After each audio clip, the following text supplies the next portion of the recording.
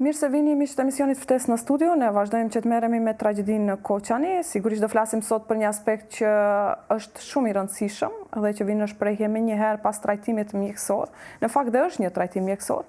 Do flasim për shëndetin mental dhe sa e rëndësishme është dhënia e ndihmës psikologjike në raste tragjedish. Tashmë për brenda 6 vitesh Maqedonia e Veriut shënon disa raste tragjike, të mëdha në numër në shifra. Fatkeqësisht kjo e fundit në Koçani me numër më të madh, për mas më të madhe. Do flasim sot me një psikologe, Fatime Ziberin, për dhënien e ndihmës psikologjike. Dhoma e psikologëve tashmë është e hapur dhe fton të gjithë ata që kanë nevojë të marrin këtë lloj mbështetje mendore, të themi. Mund të bëjnë thirrje në numrat që i kanë lënë, po ashtu edhe psikolog veçanërisht kanë bërë thirrje që të trajtojnë njerëzit që kanë nevojë, ashtu siç edhe psikologja Fatime Ziberi. Uroj që ta kemi në linjë Fatimen. Po, Fatime? Përshëndetje njerë. Përshëndetje Xhamafia. Besoj që rasti që ndodhi në Koçan ka tronditur opinionin mbar, por ka tronditur dhe njerëzit e fushave të ndryshme, një ashtu si edhe psikologët që u shprehën të gatshëm të jepni edhe ju ndihmën tuaj. Ashtu e Xhamafia, fillimisht më lejo të shpreh ngushëllime të sinqerta për familjarët dhe të njohurit e viktimave. Në deri tash fatkeqësisht jemi takuar shumë herë.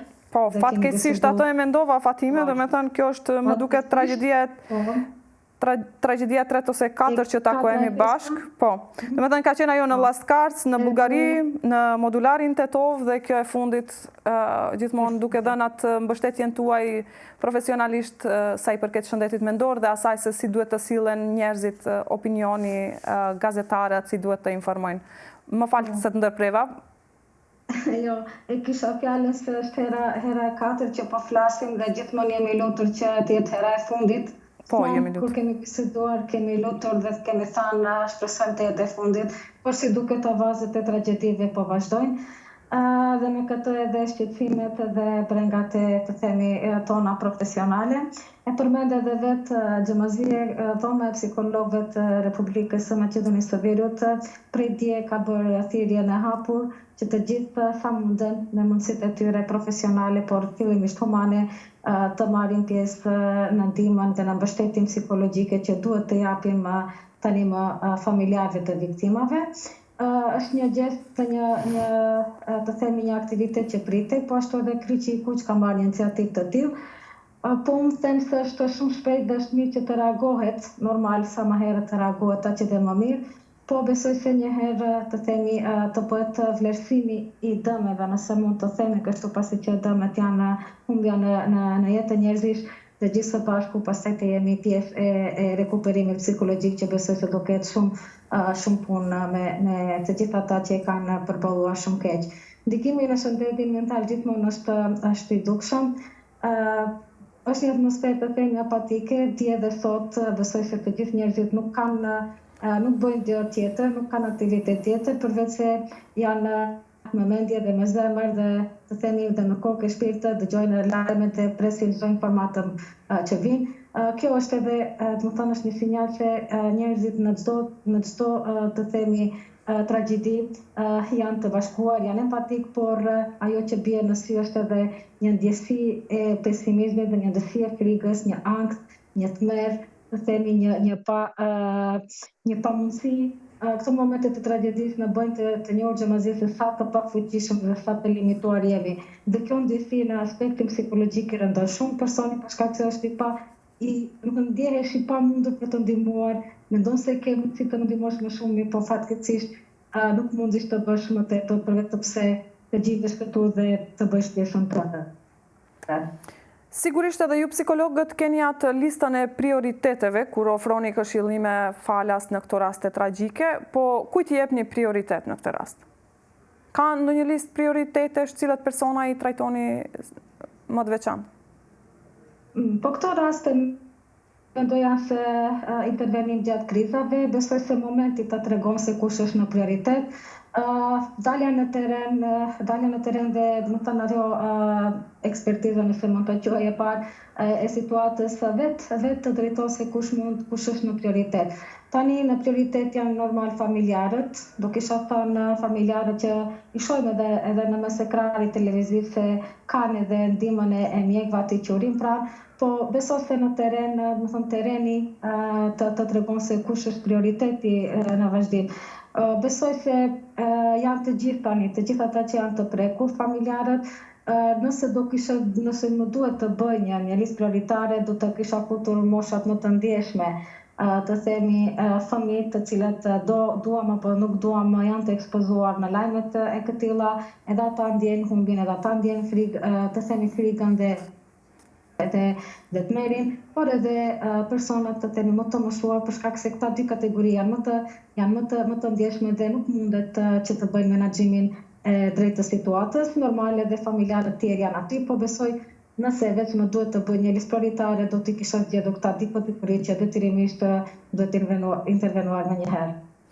Besoj edhe të mbijetuarit janë ata që do kenë një mbështetje më të gjatë kohore ndoshta, për shkakun se disa prej tyre që u prononcuan vërejshte që ishin me trauma, si është i dyti rast, do me thënë që pam njërin që u prononcua që i kishte ikur zëri nga trauma. Kjo kishte ndodhur edhe në një tragjedi tjetër që kemi përmendur më herët. Besoj që janë trauma të rënda të cilat duhet shërohen? Po, gjëmazve, njerë u japim normal se të mbijetuarit janë në interesi dhe prioriteti, po gjithmonë këtu jepet përparësi trajtimit mjekësor, të themi pasi që ajo është më e rëndësishme, për shkak se dhe natyra e tragjedisë është e tillë që duhet ndoshta një kujdes më specifik i trajtimit të tyre. E pam edhe rastin tjetër e vajzës që kishte marrë lëndime, themi dhe që po e vëreja dhe po mundoja të kapja reagimet e saj. Ishte një gjendje shoku dhe të tmeshme që kishte shpëtuar, por që ishte në kërkim të motrës së saj. Kjo është një sinjal që sado që të dukeshte që vajza të themi kishte mbijetuar dhe shpëtuar, në fakt mendoj se psikologjikisht ajo ishte shumë e ngarkuar dhe shumë e dërmuar, pasi që është pa kuptueshme të themi edhe na vjen keq në disa raste të mbijetuarit gjatë procesit të trajtimit të tyre psikologjik kemi edhe paraqitjen e ndjenjës së fajit, gjë që nuk kemi arritur të kuptojmë deri më sot, dhe është një ndjesi që është e tepërt, besoni se është e tepërt, dhe ata të mbijetuarit përveç se me rasteve traumatike që kanë bërë, përveç mundësive që ata të zhvillohet edhe stresi post-traumatik, ato do të bartin edhe një dosë të fajt, të pa kuptim të themi të pasqaruar, por që fatkeqësisht duhet trajtim shumë më serios i këtij aspekti themi. Po thua që është e natyrshme që në këto raste ato që mbijetojnë e ndjejnë këtë barë, domethënë këtë pesh fajt themi. Ndodh të gjitha rastet, apo jo?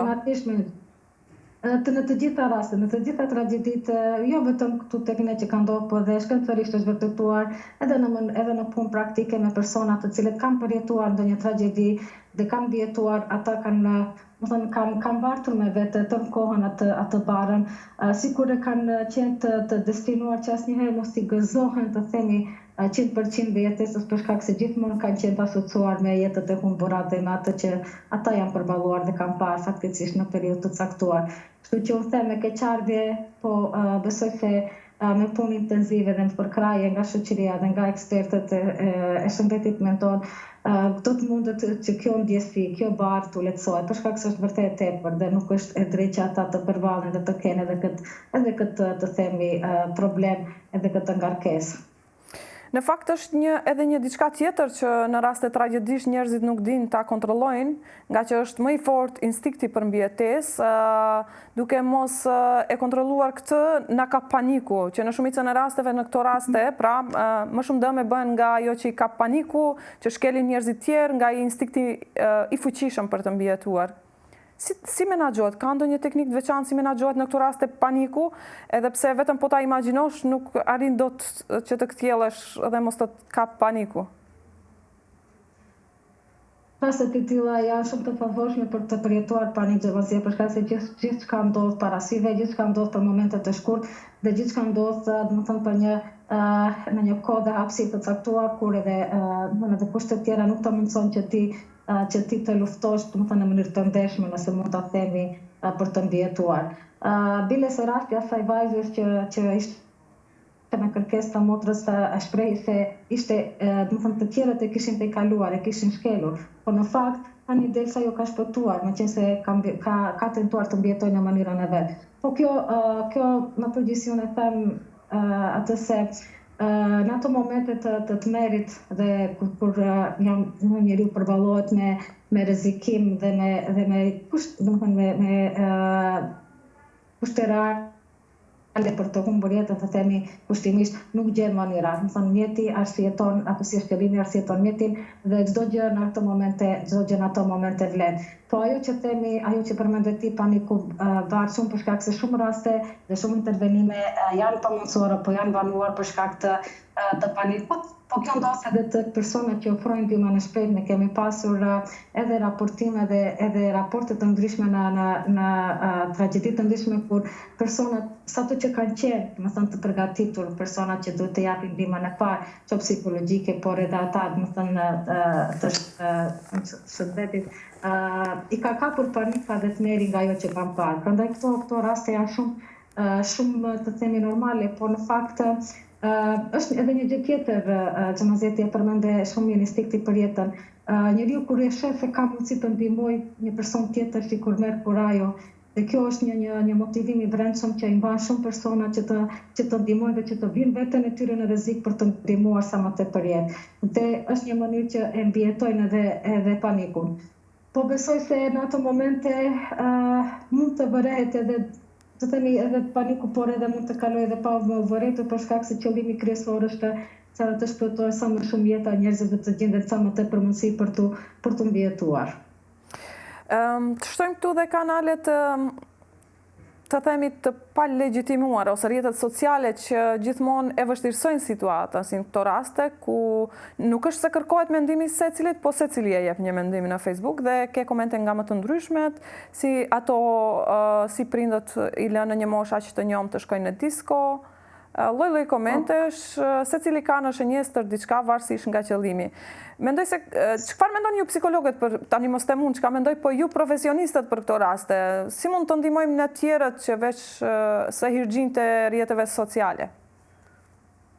Unë e kam përmendur edhe herave tjera dhe qëndroj besnik kësaj. Dëm një përqindje të madhe të dëmit të themi dhe të aty shqetësimit psikologjik tek familjarët dhe të mbijetuarit të bëjnë edhe rrjetet sociale, edhe të themi, nuk dua të keq kuptojmë, por edhe jo profesionalizmi shumë personave, tjetë shumë mirë, jo se kanë të drejtë, jo se duhet të raportojnë apo jo që duhet të komentojnë për ja që e bëjnë. Është shumë e çuditshme se si rreth raste disa persona mundojnë që të përfitojnë për disa klikime, për disa dhe shiko, ajo që neve tash mund të themi ton kohën se në atë kohë, kanë qenë të ri, nuk është dashur prindërve, po fundja kush jemi ne të gjikojmë për prindërimin e tyre, apo kjo është sikur neve i hudhim akoma më tepër zjarr një kryp një plagës të hapur. Kush ti më vëlla nga testatura e telefonit apo e kompjuterit të komentosh diçka që nuk është e jetja, nuk të takon. Si thot populli, nëse nuk mund të ndihmosh, atëherë mos e vështirëso. Të paktën kurse je, të paktën ndaloje veten dhe nuk ka nevojë për komente të tipit të ndryshëm. Mjafton që familjarët përballen me dhimbje, mjafton që familjarët akoma presin dhe janë në pritje, nuk e dinë edhe ata vetëm, ku e kanë dhe çka të mendojnë tani, dikush të ndaj kohë dhe të bëj komente nga më të ndryshme. Por edhe kam vëretur edhe se themi raportimi i lajmeve. Besoj se duhet të ketë shumë kujdes, të paktën tragjeditë e përmasave të këtyra, ku mosha e viktimave specifike, vendi, natyra, se si ndodhi tragjedia është specifik në vete. Unë ju kisha lutur që të gjithë të respektojnë pavarësisht profesionit edhe etikës profesionale, të respektojnë njeriu, domethënë edhe të jenë atë pjesën humane, të bëhen njerëz dhe të mos shikojnë vetëm aspekte tjera që ndoshta për disa përfitime si kushmërie do bëjnë diçka ndonjë lajm sensacional që as pak nuk është i përshtatshëm për t'u bërë. Ka shumë raste kur, për shembull, mua ajo gjëra që nga aspekti i shëndetit mental është sikur një ekspozim i një traume, të pyet prindi si e kuptove, nga e kuptove, si ndodhe, çka përjetove. Dikujt mund t'i hapish edhe plakë edhe traumë të pashëruar dhe çka ndodh pastaj. Më thënë, nuk është kjo mënyra se si mund të mlidhen informata, po si mënyra se si mund të flasim dhe të komentojmë në për Facebook. Nëse je vërtet interesuar të ndihmosh, këto ditë nëse nuk mundish të ndihmosh, të paktën mos pengo, qoftë me fjalë, qoftë me komente, qoftë me gjëra nga më të ndryshme. Për shkak se është një situatë shumë sensitive dhe njerëzit janë shumë sensitiv në këtë periudhë dhe duhet të mendohet mirë. Edhe aspekti se si shihen gjërat, por edhe se si interpretohen. Fatime, përmendëm që ne po takohemi në një tragjedi të radhës fatkeqësisht dhe sinqerisht kësaj radhe vërtet urojmë që të jetë e fundit. Kur flasim për pasojat mendore mund të përfshijmë të gjithë qytetarët e Republikës së Maqedonisë së Veriut dhe më gjerë, se si ka ndikuar edhe në shëndetin e përgjithshëm kolektiv tonin, se sigurisht ka pasur pasoja. Unë kam takuar njerëz të cilët e kanë përjetuar shumë rënd. Besoj që vetëm ka shkuar duke u rritur zullumi, siç i themi ne.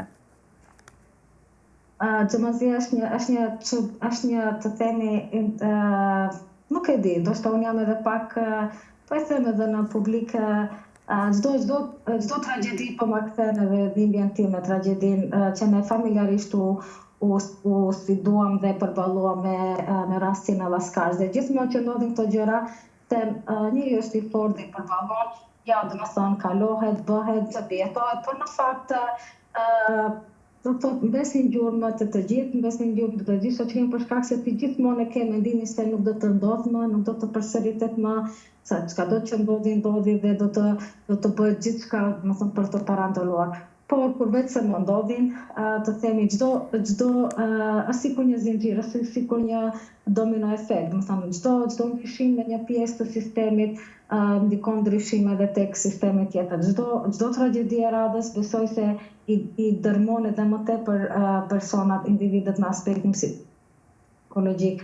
Nëse vetëm njerëzit kanë krijuar një reziliencë, të themi, një përshtatshmëri ndaj tragjedive, se vërtet për një periudhë të shkurtër u bë një numër gjatë, të themi, i madh, për shkak se jemi vend i vogël, jemi shoqëri e vogël, jemi përballuar, domethënë, historikisht me gjëra që i kemi përjetuar edhe mbijetuar, domethënë, në mënyrë të vështirë, po tani edhe këto me tragjeditë sikur jemi të sfiduar që gjithmonë të krijojmë dhe të mendojmë mënyra se si ti adaptohemi.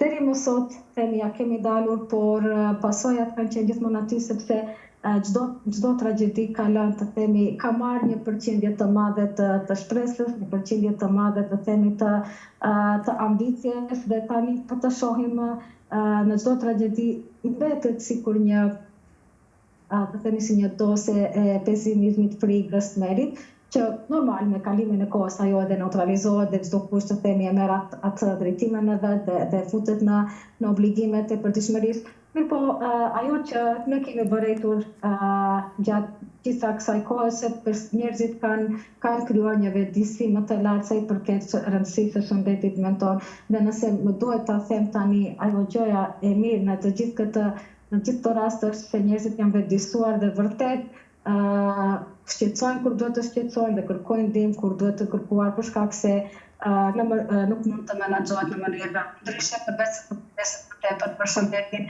për të krijojë, të themi, ato aftësitë e menaxhimit më të.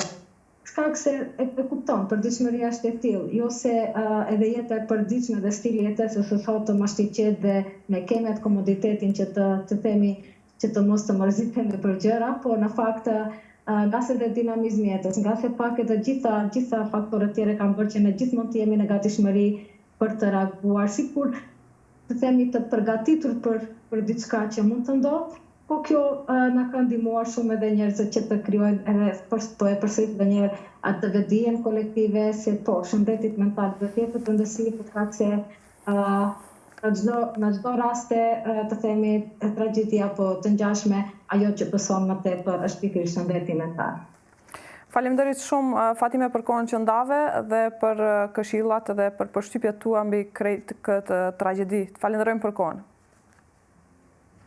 Faleminderit edhe për juve për ftesën.